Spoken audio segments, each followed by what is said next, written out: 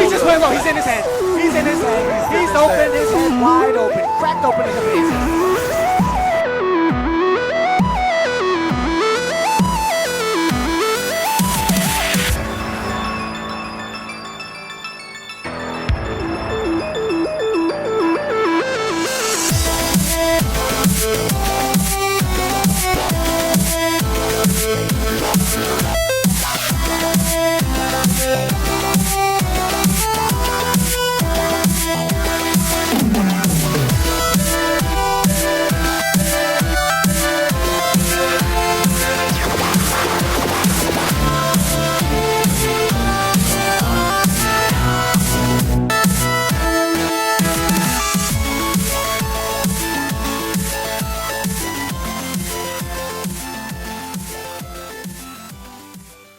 What's going on, guys? It's my man Tells 100 back again, another episode of House by Team. So we don't have anything to talk about when it comes to the Titans men's team because they're obviously on their last bye of the season. But the Titans women's team, I should say, is starting their season this week. So they play against the Roosters. The Giants have got a big game in Canberra against the ladder leading Fremantle Dockers. We've got obviously Australia versus Egypt in the round of 32 clash in the World Cup, and we've also got the Cubs obviously against the Padres and against the Cardinals. So lots to talk about obviously this week, not as much as probably maybe used to, but it'll still probably be a lengthy episode, probably well over an hour as per usual. So with all that said, let's get started with the episode. Alright, I was going to say Monday morning, but it's actually turned over to Monday afternoon, and I was a bit lazy yesterday. Could have recorded some of this video yesterday in time of recording, but we'll talk about the Titans women's team. Obviously the men's obviously on the bye this week, obviously heading to Melbourne next week, obviously for the clash against the Storm. And with that, obviously the Titans women were playing at home, first game of the season up against the Roosters, obviously grand finalists from last year. The Roosters, pretty dominant side, probably just as dominant this year if they're not last year. And it was a 34-10 loss to the Roosters. But the scoreline didn't really reflect the game that much in actuality. Again, like I said, that this Roosters team is very, very, very strong. And it looks like in terms of the table, and we'll get to the table in a minute, but it looks like that it's going to be a two-team domination again for the second year running.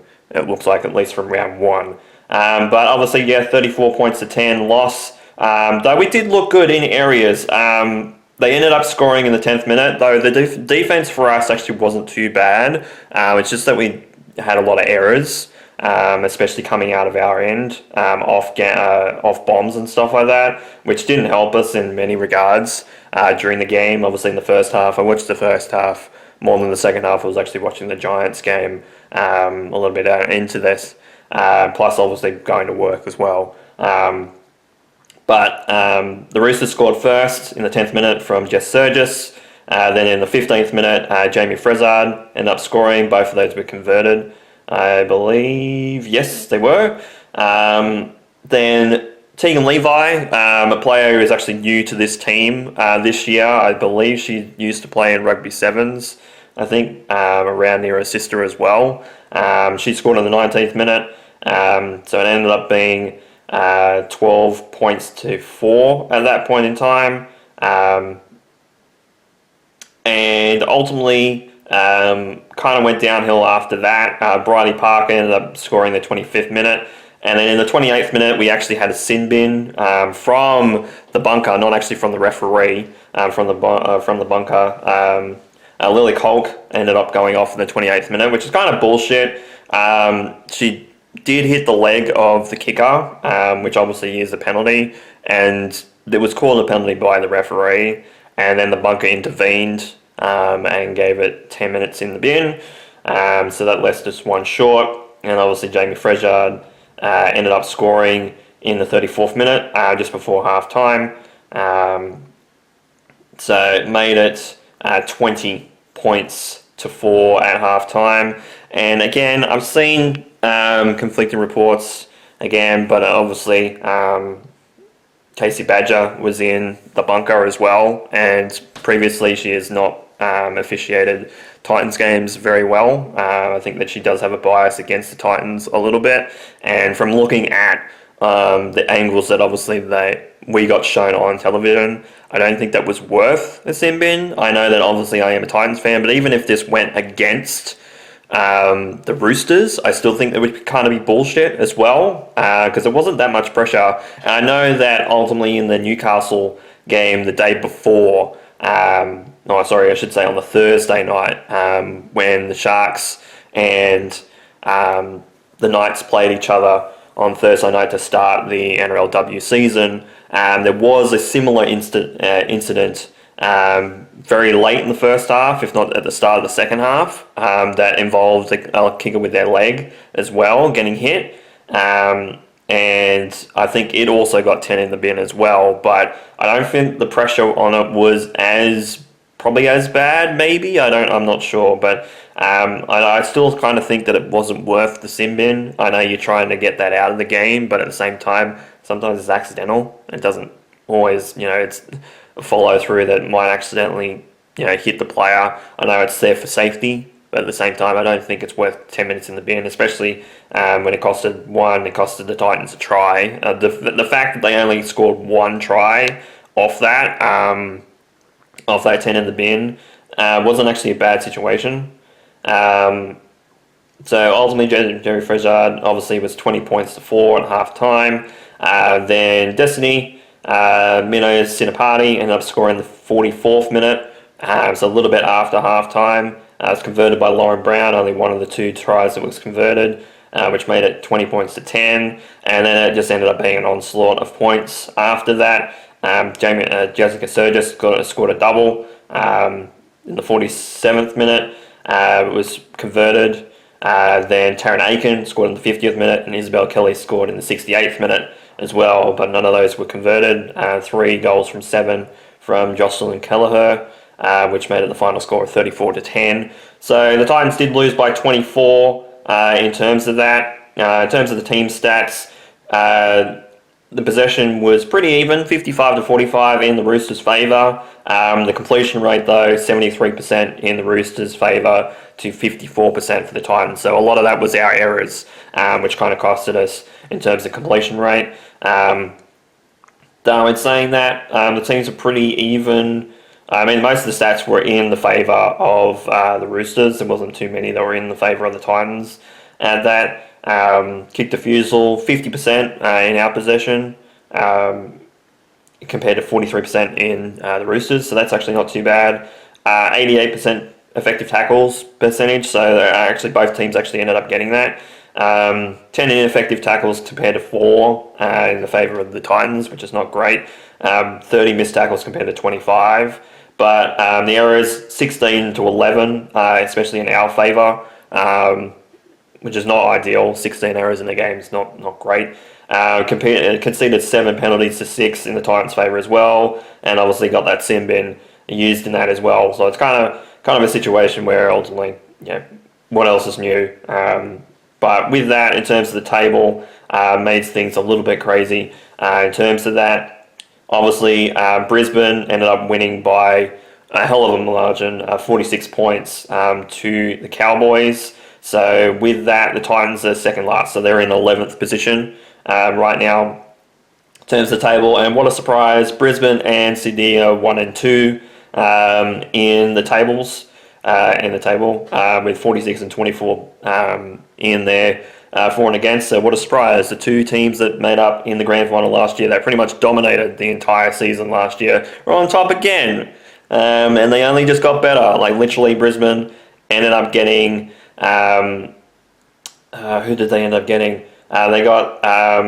what's his name from Newcastle? I can't think of her name now. Trying to think in terms of the squad. Who did they got? Scroll down. Jesse Southwell, that's the one. They ended up getting Jesse Southwell over the off season, so their strike side is pretty much just as good, if not better, than they were in their premiership season last year. So it's a bit hard that the teams are kind of tilted completely against every other team in the competition, with them being 12 teams in the competition right now, and it's still Brisbane and Sydney on top and dominating in dominating fashion. Third position is the Warriors, not far behind them with 22 points. They ended up beating the Bulldogs in that regard. Canberra got a win as well. They're in fourth, Newcastle in fifth, and the Tigers, the West Tigers, in sixth position. So great for them, especially in the first week, considering they've been on the bottom of the table pretty much the last 3 or 4 years and haven't got too many wins to get a win on the start. And they did have a decent margin in that regard. They only won by 12 points in the end, but I think they were in front by like 20 at some point there. Para in seventh, Cronulla in eighth. The Dragons in 9th, Bulldogs in 10th, Titans in 11th, and North Queensland in 12th. Now, we do play the Bulldogs next week in terms of the women's competition. We do play on Saturday in the late game on the Saturday for the women, 3:15, at Accor Stadium. So I'm guessing that there is a game on this weekend at Accor for the Bulldogs. 5:30 against the Raiders. So there's going to be a double header for the Bulldogs women's team, which is great. And we get the Titans men's team get the late game on the Sunday.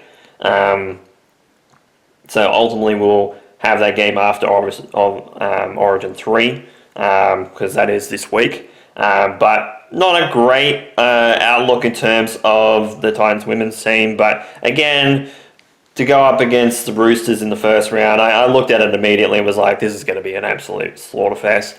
And it almost pretty much was. And a lot of the calls kind of went against the Titans, including very rubbish sin bin. A couple of tries that kind of went begging for the Titans as well. Few that were called back from the bunker as well. And a few tries for the Roosters that went through the bunker and was absolutely fine. So I don't know when it comes to that. In terms of the Titans men's team, they did move up a spot as well. I will say with the bye, because obviously there was other results as well for against them. With the fact that the Parramatta Eels ended up winning yesterday against Manly, so that was not ideal at all. So instead of jumping up to 14th, we do jump up to 15th with Brisbane losing against the Sharks and losing pretty handily. They drop under us on for and against. So fantastic in terms of that. The Titans obviously getting a spot. Could have gained another one. Obviously with Para getting the win, which kind of makes the sting against Manly and losing against Manly kind of stings a little bit more because we would have jumped Manly as well. Even with Manly winning, we still would have jumped them as well in terms of for and against, which kind of sucks. But again, it looks like that Brisbane and the Sydney Roosters women's teams are going to dominate again for this season. But hopefully they don't, to make it a little bit more interesting. But I just see that it's going to go down to probably the two of them again in terms of their depth in both sides compared to the rest. I think it's going to be no contest basically at this point, which sucks for the rest of the competition because I thought that there's kind of a bit of an excuse when there was 4 teams in the competition back well over a decade ago. The fact that there's 12 teams and we're now in this situation again with 2 sides, ultimately obviously it was Brisbane when there was a 4-team competition that was obviously dominating in terms of the competition, but now it's only 2 teams, and even Newcastle, despite the win they got on Thursday night against the Sharks, Newcastle have lost obviously Jesse Southwell and obviously Tamika Upton as well, obviously a couple of seasons before that, after obviously winning back-to-back titles. I don't think that they're going to be able to compete as well. Warriors might, maybe, it depends. They might get a win, especially if it's in New Zealand. But I struggle to see any of the teams beat the Roosters or the Brisbane Broncos, especially on Grand Final day, which is going to be a pain because we're going to be in that situation again where it's just going to be like people are complaining with the Dodgers, I guess, in the MLB. and the fact that they've gone back to back and they're like obviously spending so much money and they've invested so much like money into contracts and stuff like that, and obviously winning all the time is like, well, if they win again, it's going to be like a lockout of the competition. There should be a lockout in the NRLW and like the rest of the other teams in the competition saying, look, hey, this should not be a situation that should be happening. Like obviously there's been other movers in terms of teams as well. I think Kezi Apps, I believe. I'm not sure if that's completely right. Kira Dibb, rather. Kira Dibb moved from the Cowboys to the Newcastle Knights. So that actually was a pretty interesting move on my part. And I could see probably why the Cowboys kind of got a little bit lost in that game against Brisbane, but Brisbane were going to dominate in that game anyway. So it's kind of a bit of a bummer with the Cowboys. But, what can you do when it's a team that's got so much depth like the Roosters and especially like the Broncos as well in the women's competition? Even with people with players retiring in either of the sides, doesn't fucking matter. Especially when there's like 13 Origin players in the Roosters side against the Titans side. Like, how are they supposed to dominate and how are they supposed to beat this other team? I don't get it. But yeah. 24-point loss, but it could have been a hell of a lot more. Could have been a hell of a lot less, though. We do need to fix up our errors, though. Though, again, in saying that, it is only round one. So, but we do need to be better.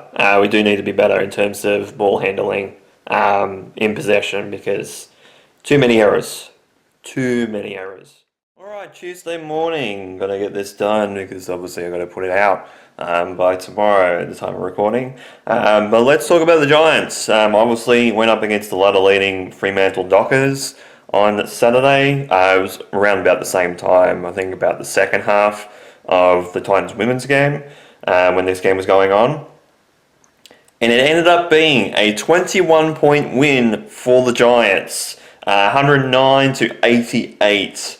So 16 goals 13 to 13 goals 10, and they pretty much led from the front almost the entire game. I think there was only 2 times where Fremantle actually did get in front, but I think it was all square at quarter time. In fact, the Giants may have had a lead to start off, actually had a 2-point lead rather. 5 goals 3 in the first quarter compared to 5 goals 1, so it was very high scoring in the first quarter.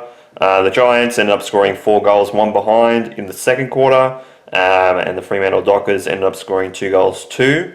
Though in saying that, very early on towards the second quarter, and very late in the first quarter they got ahead. Obviously picking up some good goals towards the end of the quarter in the first quarter, and obviously around the second quarter, and then they just didn't stop there. The Giants ended up scoring 4 goals 5 in the third quarter compared to 3 goals and 2 behinds for the Dockers. And in the last quarter, so pretty resurgent third quarter as the Giants tend to do with that. And it was 3 goals and 4 behinds for the Giants in the last quarter compared to 3 goals and 5 behinds in the last for the Dockers. So the Dockers did end up getting more points in the last quarter than the Giants did. It's just the Giants had too much of a head start in front of them, especially at halftime and in the third quarter. But a fantastic win for the Giants. The Dockers didn't have really anybody out. We'll say that we had a concussion on our team as well. In saying that, the player stats, in terms of that, disposal efficiency, 76% to the Giants, 75% to the Dockers. Goal efficiency, 25% from the Giants, and 27% for the Dockers. So they're a little bit better. Free kicks were in the Dockers' favour, which it definitely did feel like that, especially in the first half. 24-18. I kind of got it a little bit even in the second and towards the second half, but it definitely was in that situation. But in terms of that, the Dockers only ended up going ahead, going in front with 7 minutes on the clock for the entire game, so not ideal for them. but 67 tackles to 58 in terms of the Dockers, but 15 tackles in the forward 50 compared to 14 in the favour of the Giants there. But overall, fantastic for the Giants. I feel like that is a situation that needed to. I can do it through the AFL tab too. Nice. But it was great for them. Obviously, great effort. And the pressure was pretty much from both sides was up for a lot of the game. I think the Giants kept up the pressure pretty much in the entire game. I think they let off a little bit towards the end with like about 5-10 minutes to go. So it wasn't as bad. We were ahead by a bit more points in the game, but obviously scored over 100 points, and I thought that was going to be a situation where this is a winnable game in the fact that if the Dockers had any players out, which I don't think that they did, but in saying that the travel also as well, I know they weren't travelling to Sydney specifically, but sometimes to Canberra from the west or from travelling from many places, it's a bit of a harder situation, especially with obviously it being relatively cold down there. Even in the middle of the day, it's relatively cold around this time of year. But there was a couple of injuries. Lockie Whitfield was the one that got concussed. He was out by the end of the first half. He got a concussion, I think, about 5-6 minutes before halftime, and obviously went for the check over the halftime break. Unfortunately, didn't come back, so he might be out for this week's game at home, but I'm not 100% sure. And then Oliver as well. In fact, actually, let me look at the players in particular. Harrison Oliver ended up getting an injury. It doesn't say specifically what the injury was, but I think he was injured pretty early on in the game, if memory serves me right. If we go to the fourth. Well, he was available in the fourth quarter, so I'm guessing that ultimately he was injured very late in the game. But ultimately, I will say the debutants that were in the team stepped up, and obviously the players that were returning from the VFL was they did their job and did well. I will say I did watch a little bit of the last quarter in the VFL as well. Nick Madden was playing, so he was back in the VFL. I think this was his first week back, and he looked really good in that last quarter. I'm not sure about the rest of the game, but from the part that I was playing, he was that I was end up watching.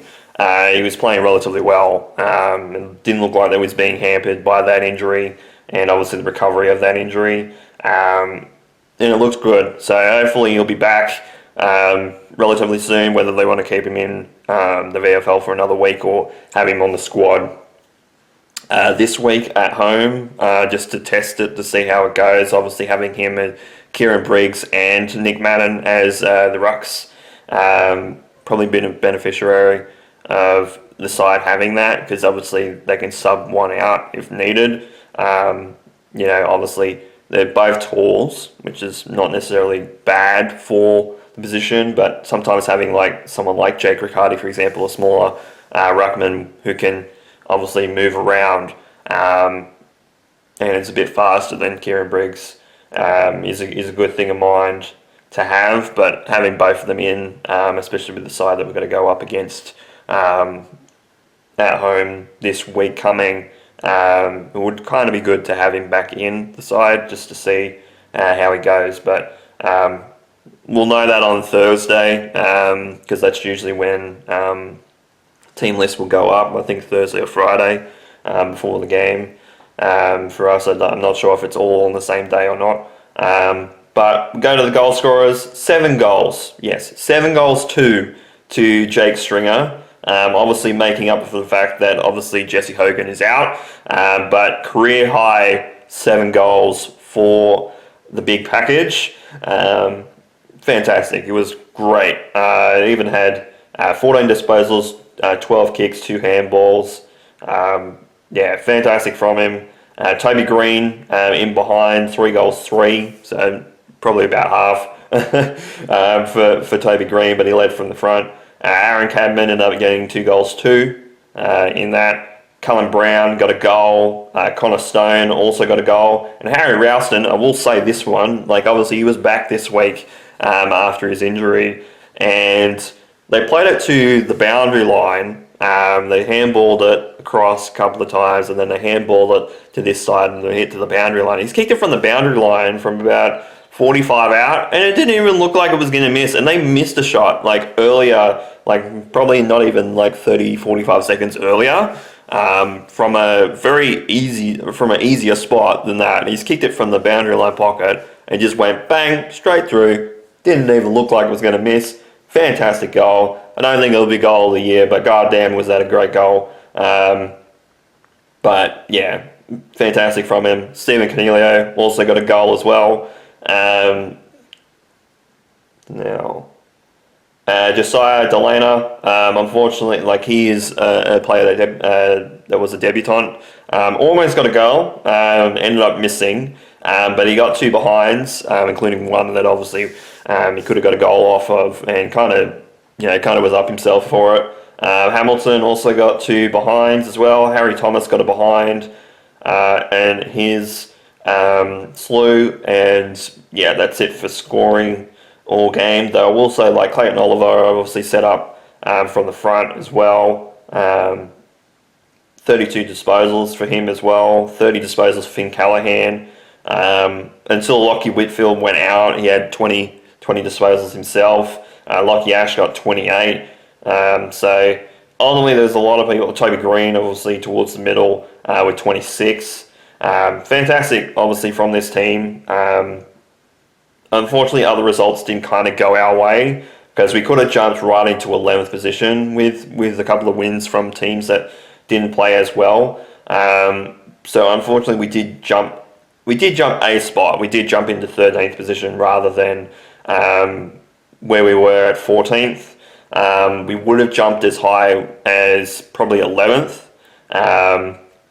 with other results going our way. But unfortunately, St Kilda ended up getting a decent win against the Bombers, so their percentage actually jumped up more than ours, almost probably 4.5%. And then Carlton also won against the Tigers, so it wasn't absolutely trouncing. It was only 2 points at the end, which kind of sucks. And Collingwood ended up being the Gold Coast as well.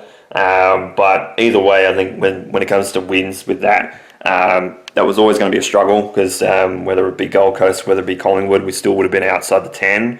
It's just, I think, the margin now obviously is only one game because obviously it's Carlton in the mix, thankfully. But yeah, it could have been a hell of a lot worse than that. So we'll go over the table. With Fremantle still on top, 1 win in front of the Sydney Swans. And I think, if memory serves, they play each other. Yeah, they play each other. And I think they play each other in Sydney, I think, this week as well. So, yeah, they play Thursday night. Oh, no, they play in the West on Thursday night. So, ultimately, the travel, I think, is not going to affect the Dockers maybe too much. But they are playing at home, so this is a big game for them. And one that could be like an 8-point swing in actuality with this. Because the Swans looked good against the Western Bulldogs. They didn't really... they dominated pretty much in the first half of the game. Second half wasn't as good, but the Dogs were coming with a little bit of momentum, but they just left it too late. So the Swans, 52 points in second. Third position, 42 points is Hawthorn. Wasn't a great game for them, and that game was a pretty crazy one against them in Melbourne, which we'll get to in a second. Then all on 40 points. Fourth position is Brisbane Lions, then the Adelaide Crows, and then Melbourne in sixth position, with Melbourne having a big win against Hawthorn. Though at one stage it went out and blew out to 96 points in front in Tassie against Hawthorn, and Hawthorn got it right back to a slender 35 points at the end of it. So yeah, huge 60-point swing. Adelaide Crows ended up beating the West Coast Eagles to make it into 5th position, and the Brisbane Lions ended up winning over the Geelong Cats in the Cattery by 22 points, which put them into 4th position, which drops Geelong straight down to 7th position into the wildcard spots on 36, with the Western Bulldogs in 8th position, also on 36 points. Collingwood in 9th position with 34, and Carlton rounding out the top 10 with 32. Then North Melbourne ended up getting beaten last game, so not ideal for them against the Power. So they dropped to 11th position, they dropped right out. Again, St Kilda jump into 12th position, Giants into 13th. Gold Coast still sliding in 14th position now on 28 points, from St Kilda down to the Suns, all on 28 points, and that percentage is looking much dire. The fact that they had a big surge of percentage towards the start of the season, now they've just completely dropped off. 15th position is Port Adelaide on 24 points. West Coast Eagles on 16 and 16th position. Richmond unfortunately didn't get the win over Carlton Blues, though they did leave it very late. They were coming home with a wet sail, and just unfortunately couldn't get. They got a goal, I think, within the last 30, 45 seconds. Just couldn't get up the other end to score again. So they're on 8 points, and Essendon, 4 points for them in last position. Only thing I guess for their club is the VFL side got up over the weekend, but I think that's it. But big game for the Giants, Saturday, 4:15, Geelong at home at NG Stadium. So this is a big game for both clubs, actually. So ultimately with the Giants, they need to just keep winning at this point. They need to win a lot more games than they lose at this point in time of the season. I think I worked it out. I think for a lot of the other sides in the bottom 10, if we're trying to make it, we have to win at least maybe 1 or 2 extra games above those sides in front of us to jump in, because obviously we got to win a game to tie, especially with Carlton, and then obviously got to win another one to get in front in terms of points, because our percentage is not ideal. So we need to win. Obviously, if we're winning only one game, we have to win by a decent chunk of points in the last few games. Obviously, we get Essendon, I think, the week after at Marvel, I believe, after this Geelong game on Sunday the week after. But yeah, so big percentage booster game hopefully for that game, because obviously earlier when they faced us in NG, it was a win obviously for the Giants, but not as much as it should have been. I think it was only 21 points, I think, by the end of it. But big game obviously for Geelong. They don't want to continue to slide, but the Giants also need a win and are desperate for a win to get back into the contention of a wild card spot. So everything's against the wall at this point when it comes down to that game in particular, and hopefully it is a game the Giants play well in, and hopefully they can keep the pressure like they did against Fremantle for this game as well, because again, we've beaten them 4 times at the Cattery in a row, but obviously they're playing at NG Stadium, so anything could happen at home, but hopefully they can get some wins on the board. In saying that, Carlton play against Hawthorn, Adelaide play against the Gold Coast Suns in Adelaide, and in and around those positions,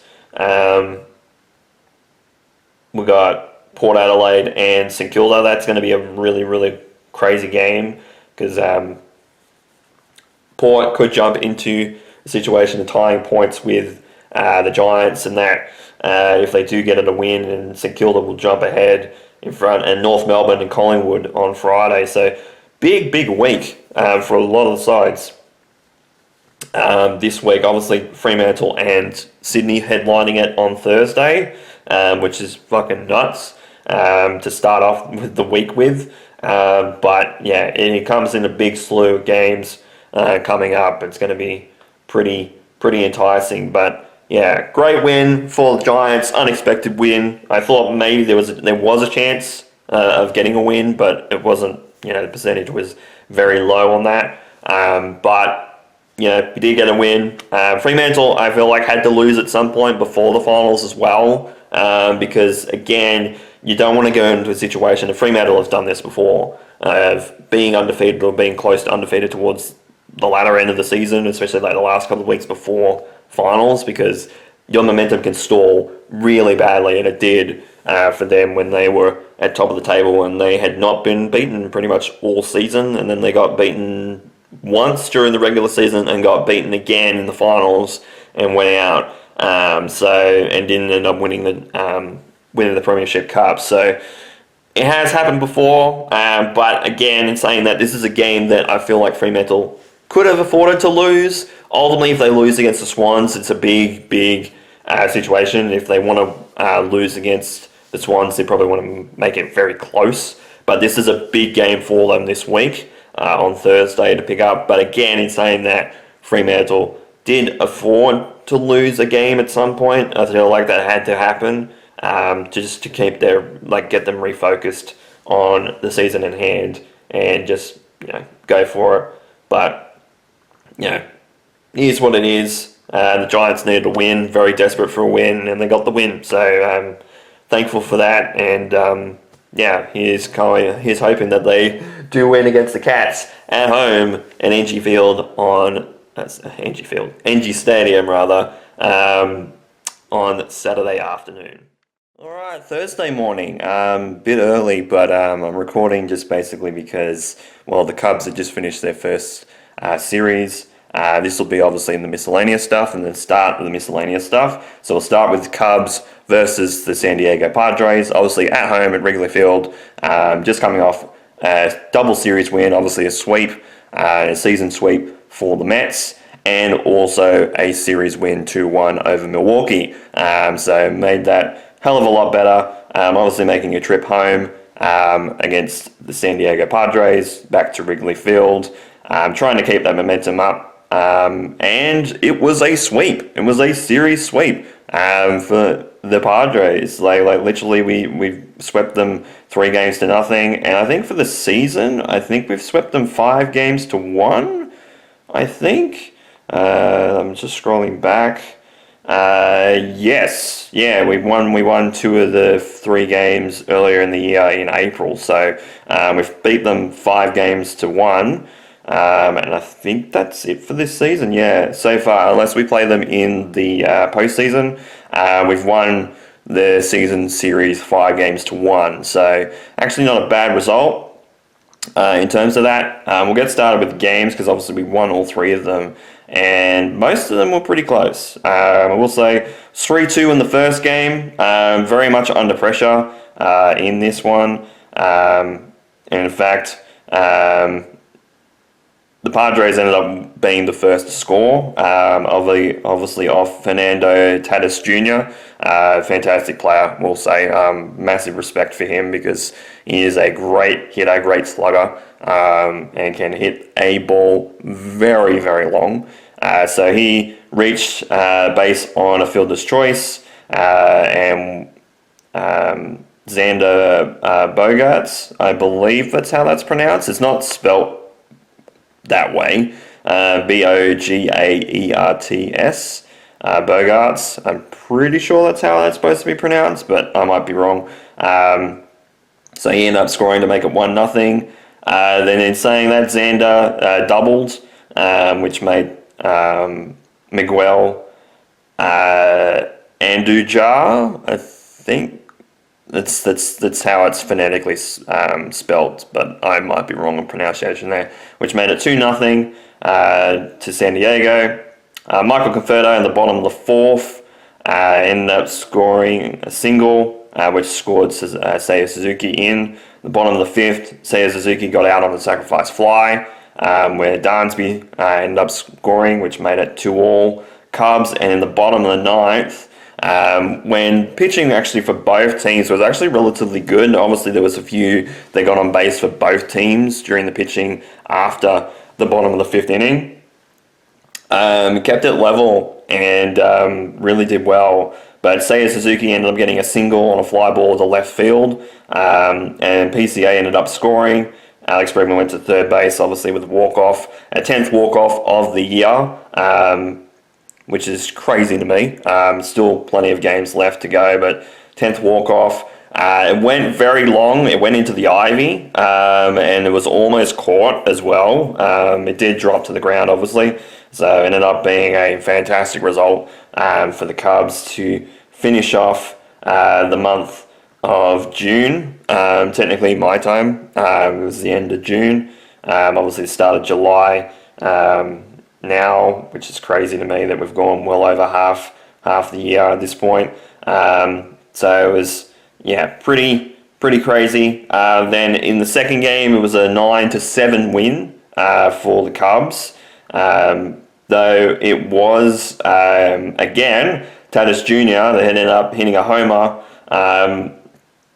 over the bleachers to make it 1-0 in the top of the first. I think it was like in the first couple of pitches too, which is crazy. Then at the bottom of the first, Carson Kelly ended up scoring a single, which scored Seiya Suzuki. So it actually kept us alive pretty much the entire time. I think Carson, was in the middle of our batting lineup, I think, if memory serves me right. Yeah, he was down 5, so I think it was almost 2 outs, if memory serves, for that as well. So made it 1-1 at the end of one inning. Bottom of the second, Dansby Swanson comes in, hits a homer, straight over centre field. Beautiful hit to make it 2-1.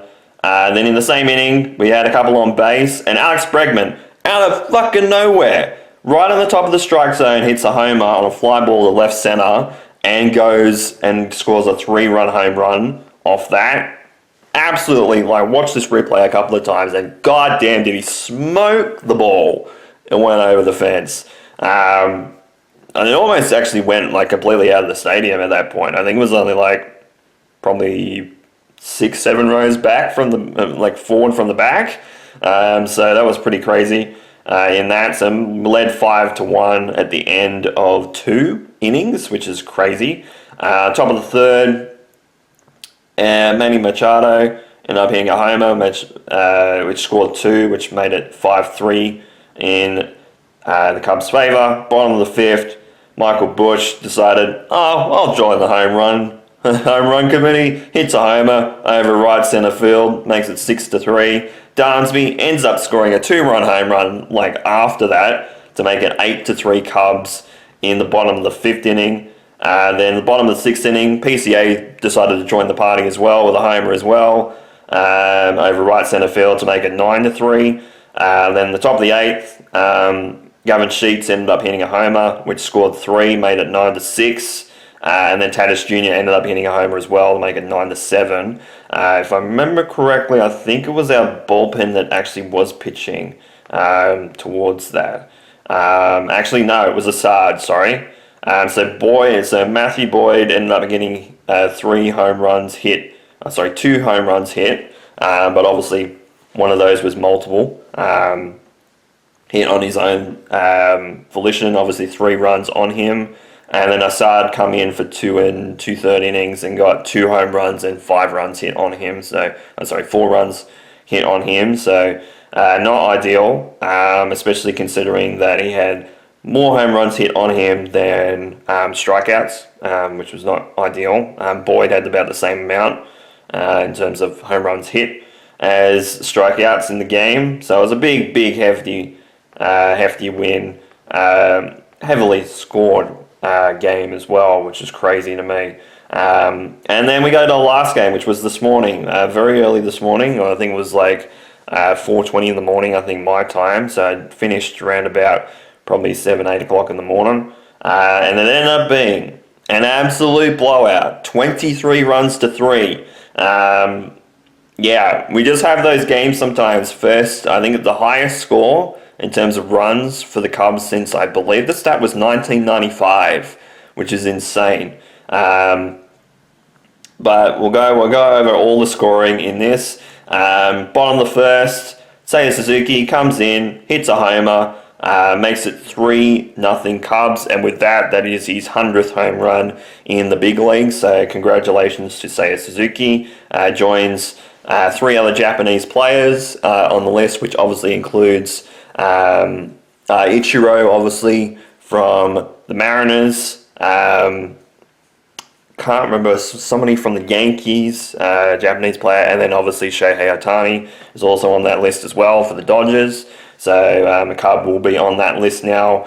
Bottom of the second, Dansby Swanson ends up hitting a home run, makes it 4-0 at the bottom of the second. Miguel Amaya scores a single, which scores 2 from that. Seiya Suzuki and Ian Happ both score, make it 6. And then Dansby Swanson comes in, hits a 3-run home run in the bottom of the third, which made it 9-0 Cubs. So yes, Dansby Swanson come in at the bottom of the second to hit a single home run, and then hits a 3-run home run in the bottom of the third. So made it very interesting for him. Multi-home run day for him.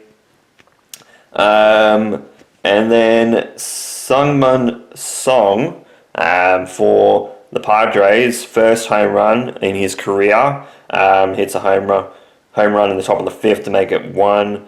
Then Ty France hits a ground rule double, which scores Manny Machado, which makes it 9-2 in the favour of the Cubs. Bottom of the fifth, Michael Conforto comes in, hits a homer. I was actually up at this point. Seen this go up over centre field, makes it 10-2. PCA comes in, hits a homer as well, which scores its 3-run home run, which makes it 13-2. Bottom of the sixth, Michael Conforto comes in again, scores a 2-run home run again, which makes it 15-2. Top of the eighth, Miguel ends up hitting a single, which scores Samad Taylor in for 15-3. Bottom of the eighth, Kevin Alcantara come in. We'll say earlier this week we had an injury to Matt Shaw, so Matt Shaw got subbed out, got placed on IL, and obviously Kevin got recalled. It was a left hand sprain, so I think he's on the 15-day injury list right now. So ultimately we are in a situation where he come in, obviously hit a single, which scored Michael Bush, got Sad to third, and then Michael Conforto come in single as well, which scored Sad Suzuki. I think it must have been between two batters, because at that point Alcantara went to third and Justin Dean got to second, so obviously he must have got a walk, Justin Dean. Miguel Amaya ended up hitting a single, which scored 1. Obviously Alcantara come in, make it 18-3. Dansby Swanson comes in, big day for him, hits it over left centre field, hits it for a grand slam. So he ends up hitting a home run, 3-run home run, and a grand slam in the same game, which made it 22-3. And then Michael Bush come in and said, yeah, I'm just going to hit a home run as well, to make it the final score of 23-3 in the bottom of the 8th inning, which, crazy inning there. Bottom of the 8th inning was 8 runs in that, which is crazy. And literally, when it comes to San Diego Padres, they weren't playing that terribly. I mean, ultimately with the grand slam, I will say, towards the end of the game, they did put in pitches that weren't actually pitches. I think this was one of the basemen, because I think it was like a 43 mile per hour pitch. That was very much a pitch that is from a pitcher that isn't usually, or it's someone that doesn't usually pitch. You could tell, and Dansby ended up smoking it. So grand slam still, but obviously off a non-pitching pitcher. But in saying that, the game was pretty much over. I think it was 15-3 at that point in time. So The game was pretty much over at that point. Obviously subbing in, why are you going to waste your relievers and your bullpen pitches when the game's pretty much done? You can't really score like 12, 15 runs in an inning with 3 outs. So, what can you do? Like it's something that happens when it comes down to games of this nature. But 20-run win in the third game, which is insane to me. 17 hits for 23 runs. It was 11 hits for the Padres for 3 runs. So they ended up, how many people did they leave on base? They left 11 on base, which is crazy. For the Cubs, we only left 2 on base, which is even better. That's the thing that's obviously been the issue all season, has been leaving people on base and ultimately getting most of these big scores and getting big home runs, multiple home runs, is scoring those runs and then scoring those people. So on base, which is great. So yeah. So series sweep against the the Padres at home, which is crazy. Great to see that. Obviously, we have the daybreak today, and then obviously tomorrow starts the series with the St Louis Cardinals before a break on the 7th of July. So, going to be pretty crazy to see what happens when it comes to the series against the Cardinals, especially at home at Wrigley Field. Obviously, 5 wins in a row, obviously with the last 2 games from Milwaukee being wins as well. And obviously out of that, it's 9 wins from the last 10 games as well, because obviously we count the 4 series sweep with the Mets and obviously that loss in the first game against Milwaukee. So 9 wins out of the last 10 games, pretty damn good. 5 wins in a row in terms of the streak. Hopefully we can continue the streak at home, and especially against St. Louis, obviously another division rival, one that's pretty close behind at this point in time. They're behind by 2.5 games at this point. But in saying that, it's right up for debate on who's going to obviously make it into the wildcard spot. Obviously with the Cubs, they're at this point in time, they're in 4th position in terms of the wildcard. So they're in the top of the wildcard list outside of the division leaders, which is crazy. 2.5 games inside the wildcard race, which is great for them. And actually jumped to the Phillies as well, with the Phillies losing a game here and there. We've jumped them, obviously, with the streak that we've had, a couple of streaks that we've had in the last couple of weeks, which have been great. At this point, the Cardinals are in 6th position in the wildcard race going into today. So, great result there. Phillies could ultimately win still. Their game's still playing at the bottom of the 4th right now. And St. Louis are behind at the moment against the Braves in the top of the 4th in their game. But ultimately, great result at this point in time for the Cubs. Series sweep, and obviously winning the season series 5-1 over the Padres, especially considering this was a team that we played in the wildcard race last year, and obviously ended up winning that. But ultimately, they played a little bit better last season.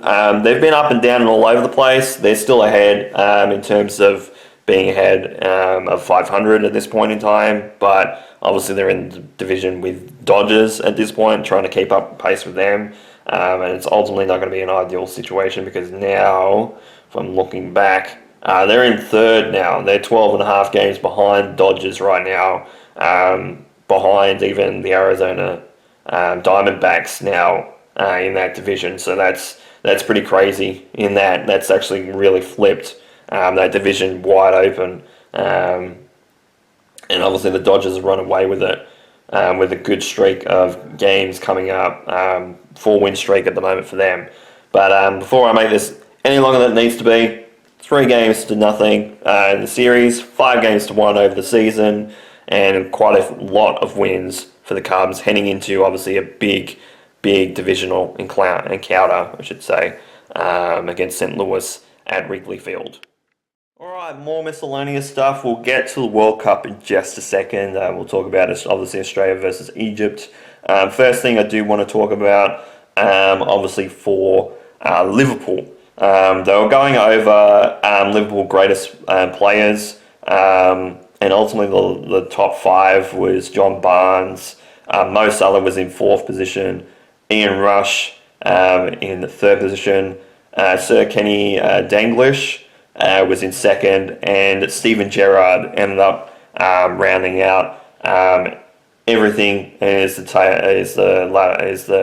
person that ended up winning the whole thing. I think there's a little bit of recency bias in that. I will say, obviously, Steven Gerrard is a fantastic player and was in a very crucial position in that. But in saying that, I think there's a little bit of recency bias, and he even says it himself in his interview when he finds out where he sits on the ladder. But I feel like it is. I think it is kind of deserved as well, because obviously he led us through some pretty great years in terms of Liverpool being in the competition, in terms of the Premier League, and also obviously Champions League football as well, and many of the other competitions in and around, obviously the FA Cup and that as well. And obviously, yes, didn't win a Premier League trophy, but again, you're going up against obviously the domination of Manchester United at that point in time. So it's always going to be tough to beat them, because obviously you had them, you obviously had Chelsea when they were dominating as well, and arguably one of their peak periods of winning so many trophies as well around that time. Arsenal, obviously the Invincibles, going up against the Invincibles team as well. There's a lot of things that went for him in that situation. I will say we did sign another player, a defender, quite a few weeks ago, which I forgot to talk about. Jeremy Jacquet.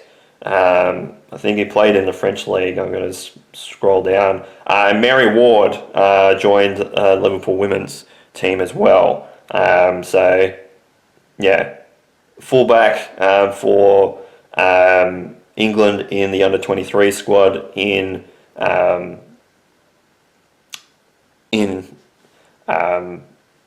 I was going to say in World Cup level, international level. Why can't I speak? Her contract ended at Bristol City, so she's gone to Liverpool. So I think that's a good pickup for the women's team there.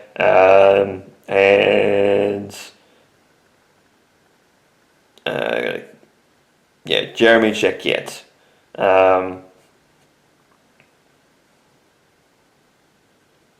So he got signed from Stade Rennais, Rennais.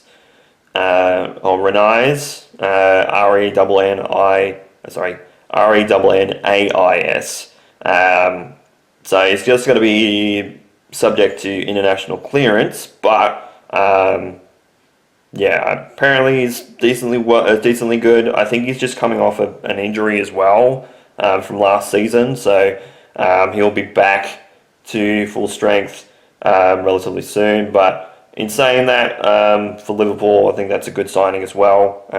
Obviously, Iriola hasn't strided me long in the wrong position as of yet, so we'll see if things come to fruition. But we'll go to the World Cup now. Obviously, Australia versus Egypt.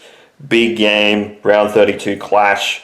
Ended up being 1-1 at full time and 1-1 at the end of extra time. So, of course, it went to penalties. And Australia ended up losing 4-2 in penalties. So, again, Australia have been knocked out in the knockout stage, has not got a win in the knockout stage. So, Egypt, this is their first win in the knockout stages for themselves. After earlier in the tournament scoring their first goal ever in terms of a World Cup campaign. So, not ideal from Australia. I feel like for a lot of the game when they got the equaliser, because ended up giving up a goal in the 13th minute. The guy was on the back post, and we were not defending well, and he's just hit it from the back post into the goal. was not really covered at all, so it's kind of our mistake. Pressure was on for a lot of the game from Egypt. I will say they were definitely a lot more dominant during the game, but there was an own goal by Mohamed Hani in the second half, in the 55th minute, which got us level. Though in saying that, he dropped to the ground and dived so much, including obviously about 5 minutes even before the goal happened. And in fact, actually, it was a couple of minutes at least. Kind of footy gods poetic justice there of being like, well, you're staying on field, you're going to get an own goal instead. But yeah, a lot of play from Egypt themselves. Like a lot of the Egyptian players were flopping around and diving. Some of them obviously were warranted in terms of tackles, but they kind of laid on a little bit. So it kind of sucks in that regard. But yeah, went straight to penalties. Harry Suter ended up getting the first penalty, and Australia went first in the penalties. And he missed completely. He sent it skyward, well over the bar, which didn't help things. And Jackson Irvine ended up scoring his. Aaron Mobile ended up scoring his. And Lucas Harrington, obviously the 18-year-old defender, in a crucial position to score the tying goal at that point in time. Hit it into the crossbar, bounced out. So ultimately, they ended up having a chance for Egypt to score, and they did end up scoring. They didn't actually miss one, including Mohamed Salah, again in third position in the penalty shootout. I thought maybe he might have taken it first, but considering third position is pretty important, I feel like you got to have your experienced player in that position.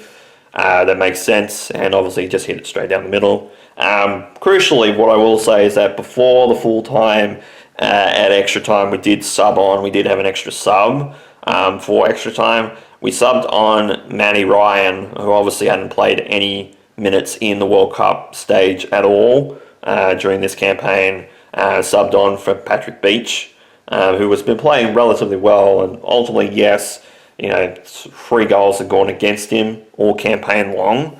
But in saying that, I don't know how he would have done in this penalty shootout. He possibly would have been a little bit better, but obviously Mohamed Salah ended up watching the tape because, Matty Ryan ended up moving first, and obviously Salah just ended up hitting it down the middle, whereas Matty Ryan just dived a little bit to his left, and he knew, and then Salah gave us a sly smile over that, so he knew what he was doing. But yeah, so 4-2, unfortunate for the Australians. I will say, in saying that, after they scored the winning goal, Mohamed Salah did end up consoling and shaking hands with a lot of the Australian players. Obviously, they were visibly upset, and obviously getting around, a lot of players like Aziz Beach, obviously giving a pat on the back, and on the shoulder, and obviously getting around. He didn't get around to Lucas Harrington, but he was a little bit further away from the group. But obviously get handshook players like Jackson Irvine, and that's class. I think that ultimately, yes, he did eventually go to celebrate with his team, and rightfully so. Obviously going through to the round of 16 themselves, but obviously getting a situation of taking the time to congratulate Australia on obviously progressing to the knockout stage, and obviously giving them his consolidation of obviously a good game, and much respect to him. Obviously wear the Liverpool jersey because obviously it was very important that I was going to wear that, because obviously be a Liverpool legend for as long as he lives. But obviously with him playing, kind of made sense to wear this jersey. But much respect to him. Ultimately, he doesn't lose any fans out of that, because he played well. He was under an injury cloud going into this game as well, and played pretty much all game. So, and I think it was supposed to be a hamstring injury or something like that. So it wasn't an easy injury to try and get back from. But he did relatively well during the game. and much respect to him for taking the time out of out of a situation where his nation has gone through the round of 16 after already just initially progressing to the knockout stage for the first time in their history. Never won in a situation of a knockout stage game and progressed, and now they have, and obviously they were celebrating like nothing else.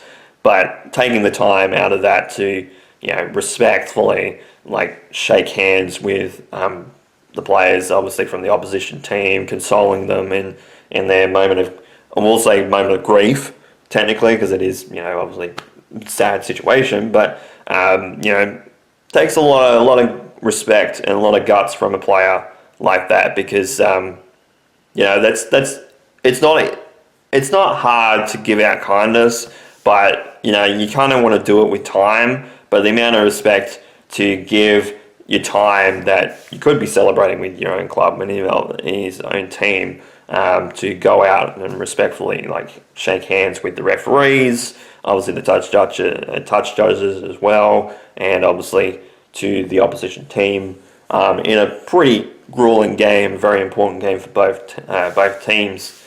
Takes a lot of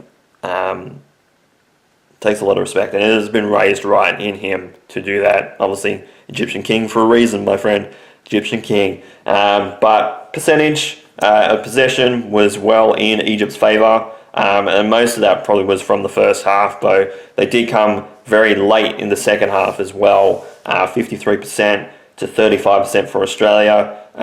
Passing accuracy was a little bit better, 88% to 82%, so it wasn't too much of a difference, but obviously there was a difference there. 14 fouls to 12 in the favour of Egypt as well. 2 yellow cards in the wake of Egypt.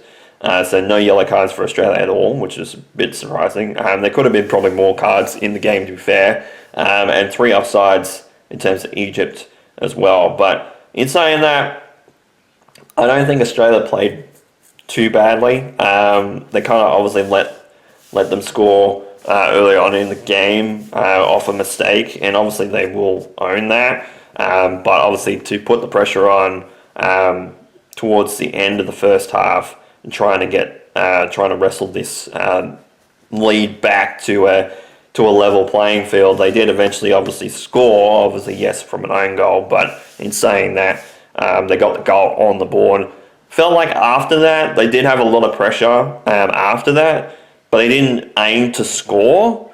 It felt like they wanted to go to extra time and penalties to try and win it there, but again they weren't set up for that.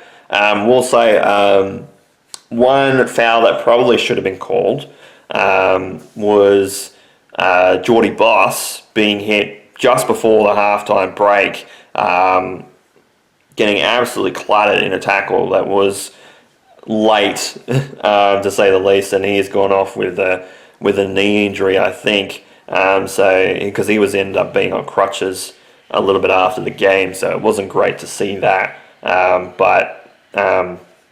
Yeah, that probably should have been a foul that should have been called and should have been a card as well, but the referee didn't give it at all. And it kind of got a little bit better in the second half. He kind of realised, I feel like the ref kind of realised after probably getting told by the fourth official, obviously, who Tony Popovich would have, and like the coaching staff for Australia probably would have told, and even maybe some of the Egyptian coaches probably would have said, hey, look, there's some fouls from Australia that haven't been called as well.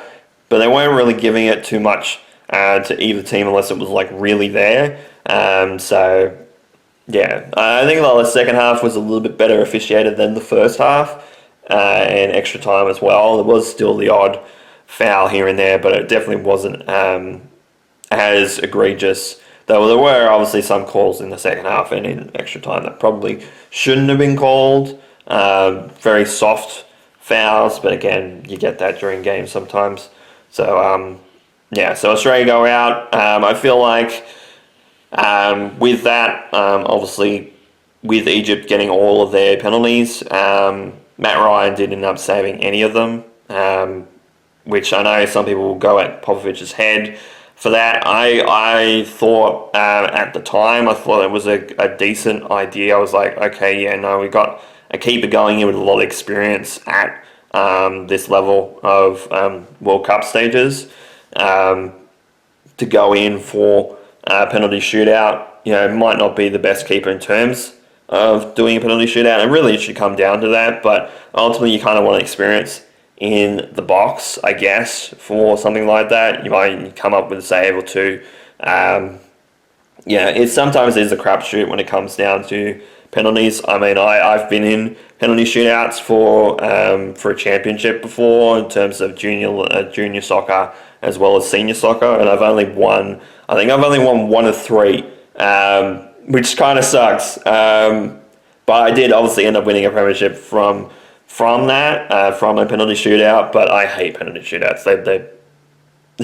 They're not great at all. And there's been a few in this round of 32. I think there's been at least outside of the Australia game, there's been at least 2 or 3, including a game I think the day before this. I think the game before this one, because this one was at 4 a.m. my time, but on the previous day I think that went down to penalties as well. There's a few that have been around 32 that have gotten into a situation of winning by penalties in that. So obviously Australia go out in the round of 32, and Egypt moved to the round of 36. We'll say round of 32. Yeah, Germany and Paraguay. Paraguay ended up winning on penalties, but it went to 1-1 at full time and extra time. 4 penalties to 3 in terms of Paraguay's favour. So Paraguay probably didn't have to score. France went through against Sweden 3-0. Canada won 1-0. Netherlands also got knocked out by Morocco in penalty shootout, 3-2. Portugal beat Croatia. Some people will say contentiously, 2-1. Spain ended up going through 3-0 against Austria. USA 2-0 against Bosnia. We'll say, what the fuck? I know this game will probably be played when this video goes up, but what the fuck happened with that red card and that whole debacle? I guess Trump can just pick up the phone and say, no, look, one of our players got a red card, you shouldn't have it. It's like, oh yeah, the FIFA president's like, yeah, no, actually I agree with you, and then taking the red card off him and suspended it for a year. Like, what the fuck is that? That has not happened since the rule was introduced in like the 70s. And a red card is a red card, and it was a red card. Like, what are we talking about? Some people say, oh, you can't help when we stand. It doesn't matter where you stand. If you're standing on someone's back leg, it's a red card in play. It's not like, and you had your studs going down his back of his leg, so it wasn't like there was no reason to not give at least a yellow, if not a red card. Like, what the fuck? But yeah, that's just politics going into sport again, and kind of wanting the USA to do relatively well and probably look good for Trump's campaign, because obviously it'll be all Trump's doing of them going through to the quarterfinals and not the team that actually fucking playing on the field. I think people will know my status in terms of political agenda and proficiency when it comes to that, even though I'm not an American. Belgium won 3-2 against Senegal. Brazil 2-1 against Japan. Norway 2-1 against the Ivory Coast.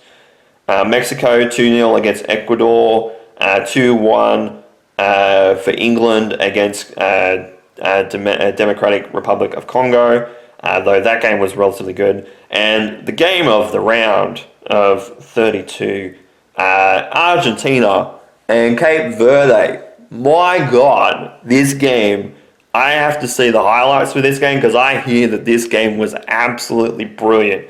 3-2 it ended up getting to. Obviously, Argentina winning in extra time, I believe, and very late into extra time. But Cape Verde just taking the chance of absolutely going into that game and trying to win it for themselves.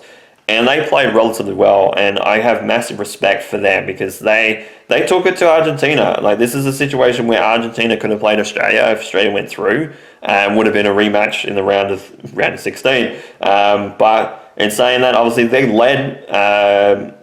So Lionel Messi ended up scoring in the 29th minute. Cape Verde scored in the 59th minute. The 92nd minute, Argentina ended up scoring. So, and then in the 103rd minute, Cape Verde ended up scoring, and there was an own goal in the 111th minute. So a few minutes before full time. But I think Cape Verde had the pressure up for a lot of the last few minutes in that game in particular. So I have massive respect for Cape Verde and what they did. Obviously took the champs from last World Cup to the limit, went in extra time obviously, but it was a fantastic game from what I hear, and I have to watch the highlights for that because goddamn, that sounds like it was a fantastic game to watch. Saying that, obviously Australia got beaten by Egypt on penalties. The Swiss went through 2-0 against Algeria, and Colombia beat Ghana by 1-0. So in terms of the round of 16 clashes, so far there's been a couple that have gone on. One will play a little bit later at the time of recording, being about 15 minutes or so. France beat Paraguay 1-0. Morocco beat Canada 3-0. Spain this morning beat Portugal. So Cristiano Ronaldo in his last World Cup made it to the round of 16 with Portugal. Because I think that this is going to be his last one. I don't think he can go around again. But that's it for him, being in the round of 16. USA obviously have to play against Belgium shortly. And Norway ended up beating Brazil 2-1. And Mexico did lose to England 3-2. Very, very close game though. I think Mexico ended up scoring, I think, in the last 10 minutes, 10, 20 minutes or so. And they had the pressure up, but they just couldn't score and get into the back of the net. But, fantastic, obviously, for Mexico to get it through this far. England are a decent side in their own right. But in saying that, all the hosts, bar from the US at this point, are out. But I hope Belgium, even with the controversy on the red card, I hope that Belgium end up actually winning this game. It would be funny as hell, because I'll want to see them try and revoke that. And I hope it is by at least 1 or 2 goals, because that would be fantastic, poetic justice. And then obviously Argentina, Egypt still got to play, and the Swiss versus Colombia, which is also going to be a relatively good game. I think Colombia should probably get the win in that game, but it'll be interesting to see if the Swiss do end up playing well in that one. But yeah, so Norway will play the winner, play England. The winner, Argentina and Egypt, will play the winner of the Swiss and Colombia game. But Spain will host the game either against the US or against Belgium. So even if the US get out of it, Spain, obviously one of the favourites to take the entire tournament. You're going to be staring at the barrel of a previous winner. And then Morocco against France, which that's going to be an interesting game in its own right as well. Morocco obviously doing relatively well through this World Cup, and France obviously with Mbappe at the slew, still in there. We'll say with the Norway game, Haaland ended up scoring a brace in that, and goddamn, that second goal was fantastic. Whew. Long range shot and ended up getting in the back of the net, but that goal was fantastic for them. So all credit to the teams that went through, including obviously Egypt, and Socceroos are out at the round of 32 and still looking for their first win in the knockout stages of the World Cup. And last bit of the miscellaneous stuff, we'll talk about the Cubs, obviously against the St Louis Cardinals. One thing I will say beforehand, we do have a few updates around injuries, and obviously PCA ended up being is heading to the All-Star game. He is a substitution.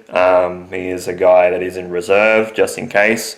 But only Cub that goes through to the All-Star game. Makes sense considering his last month, obviously with June. But we'll say Jamison Talion, with his left hamstring strain, threw 45 pitches over 3 1/3 innings and a rehab start. So I think earlier in the week as well, he was starting to throw pitches on the mound as well in practice. So ultimately it looked like he's getting closer and closer to getting off the IL and back into the side. And Edward Cabrera, with the left hamstring abductor injury, has increased his intensity in his throwing program, and he's able to do agility work. So he's making good progress himself. I don't think he'll be coming back relatively soon, probably the next week. But he should be good. I would think after the All-Star game, he probably should be in the side. But obviously, we'll talk about the series against the Cardinals after, coming off a couple of series wins as well, including a very important one against the Brewers. We did end up losing the series at home to the Cardinals 2-1. So that means for the season series, it's 5-1 right now against the Cardinals, which is a bit of a pain after obviously sweeping the Mets, getting a hard-fought win against the Brewers, and obviously winning against the Giants and the Rockies as well. It's a bit disappointing, but the way that obviously we were disappointing in the first 2 games is something to be talked about, because I don't know what the fuck happened. But first game, obviously at home, after absolutely dominating and especially, as I should say, the Padres series as well, got absolutely dominated after a 23-3 game. We had obviously a day break. It was 17-1 at home against the Cardinals. So in terms of scoring, 3-run home run, top of the second, not ideal at all. David Peterson, I think around this inning as well is when he actually got baseball hit straight into him, and he did get hit. So I don't know. He wasn't throwing very well at all. He wasn't pitching great. Then on a sacrifice fly in the top of the third, they ended up scoring another one to make it 4-0. Then Mason Wynn ended up getting a single.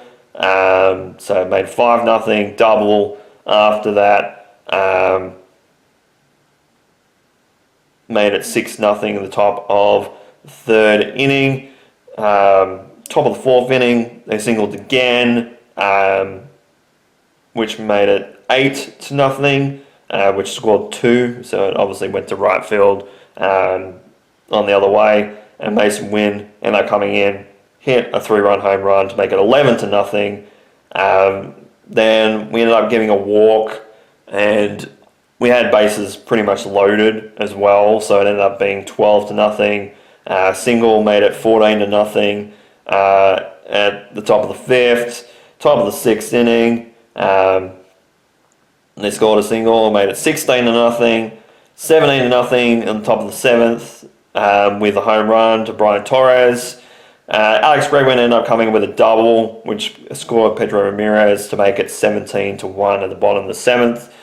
Pretty average performance from the Cubs in that first game. And the second game, not as many runs, thankfully, but we did get shut out 3-0 in the second game. So Shota, not ideal. Ended up giving a lead-off home run again to JJ Weatherholt. First pitch went over the fence. Didn't start out great. Top of the third, ended up being a single, which was scored to make it 2-0. Top of the eighth, made it 3-0. And it's not like we didn't have people on base. In fact, the Cubs, if I scroll down to this game, left 8 on base pretty much the entire game. So, yeah, it was pretty average in terms of the second game. Got shut out, probably rightfully so as well. But we did end up winning the third game, obviously, to avoid the sweep and get our 50th win on the season from 90 games that we've played. Ended up winning 6 runs to 4, though ended up coming very close at the end. In terms of scoring, Alex Bregman scored a double, which scored PCA to make it 1-0 in the bottom of the first, and then Nico ended up getting out on a sacrifice fly, which scored Alex Bregman, which made it 2-0. We did have 2 on base at that point in time, Carson Kelly and Michael Bush, but we didn't score any more than 2 off the end of the first. Then top of the 6th, Jordan Walker ended up hitting a home run, which scored 3, made it 3-2 at the top of the 6th. Bottom of the 6th, Nico singles, scores Carson Kelly, makes it 3-all. Dansby Swanson ended up reaching on a fielder's choice, and by a throwing error as well. So Michael Bush ended up scoring, Nico to third, Dansby Swanson to second, so made it 4-3 Cubs.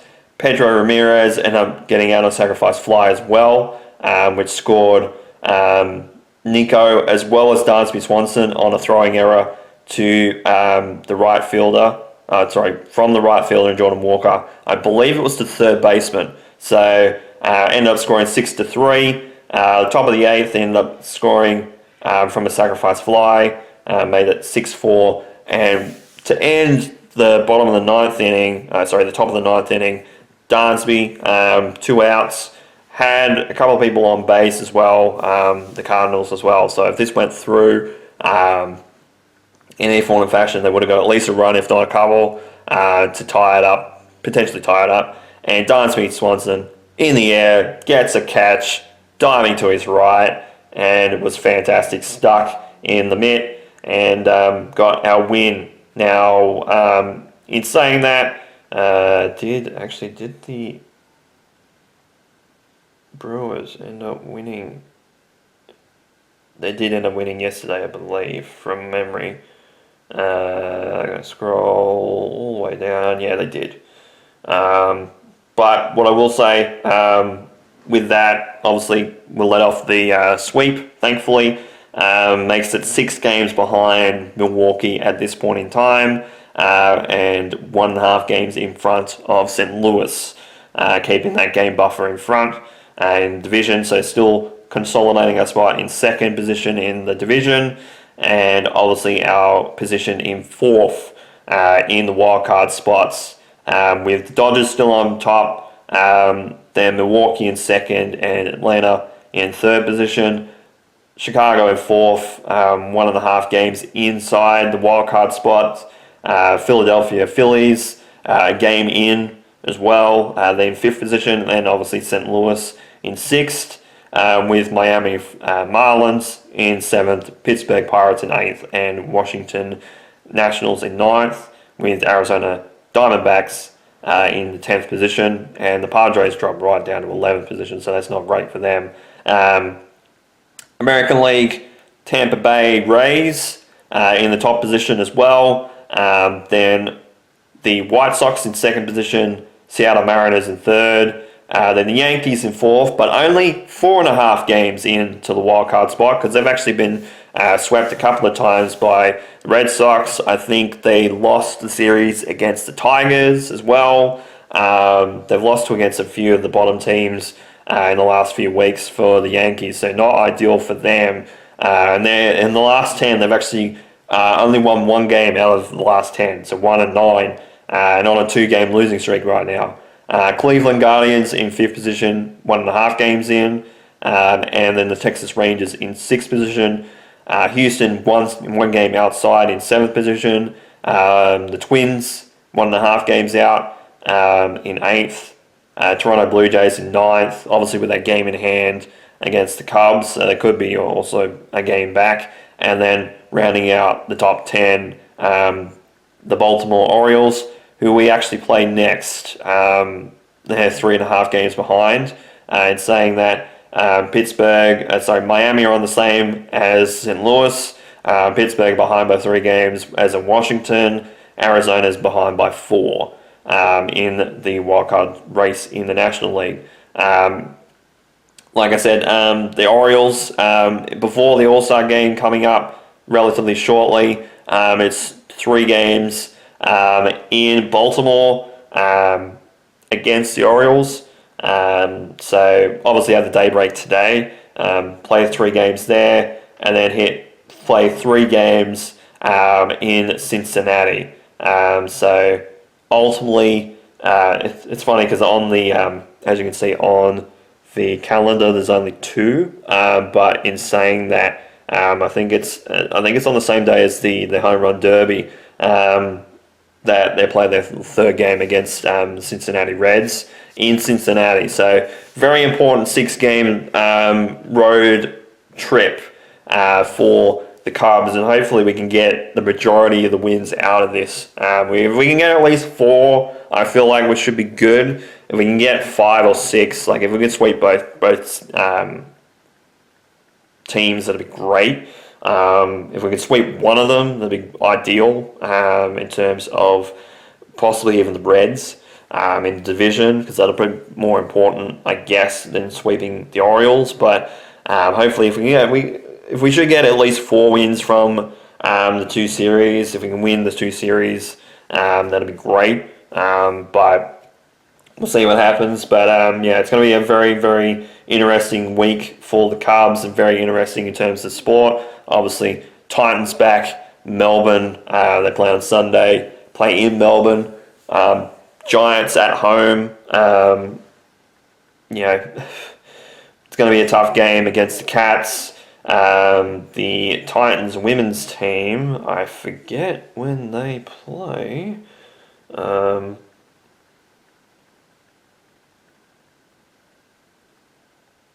Yes, I know it goes automatically state of origin. I get it.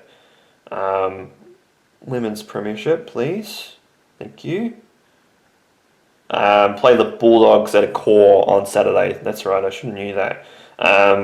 But yeah, Bulldogs, Giants at home, Titans women's team away at a core, Titans men's team away, obviously, in Melbourne. The Cubs obviously away at Baltimore and Cincinnati. And obviously the big game on Wednesday, when this video goes up, the night, it's the State of Origin Game 3 decider. Decider for the series, 1-1 obviously against New South Wales and Queensland. I'm not putting the hat on this time. I'm not really superstitious, but when it comes to a game like this, I'm not taking any fucking chances. But ultimately, Game 3, tomorrow, when I'm recording, it'll be the day that this video goes up. Big game, and hopefully the Blues can come away with a win. I'm just having a feeling, obviously considering it's in Queensland, I just have a feeling that Queensland are going to fucking win it again. And I'm dreading it, but hopefully we can come away with a win. But we'll see what happens. But with all that said, thank you guys so much for watching this episode of How's My Team. This has been Ryan Mentors 100. You guys have a great day night, and of course, take care.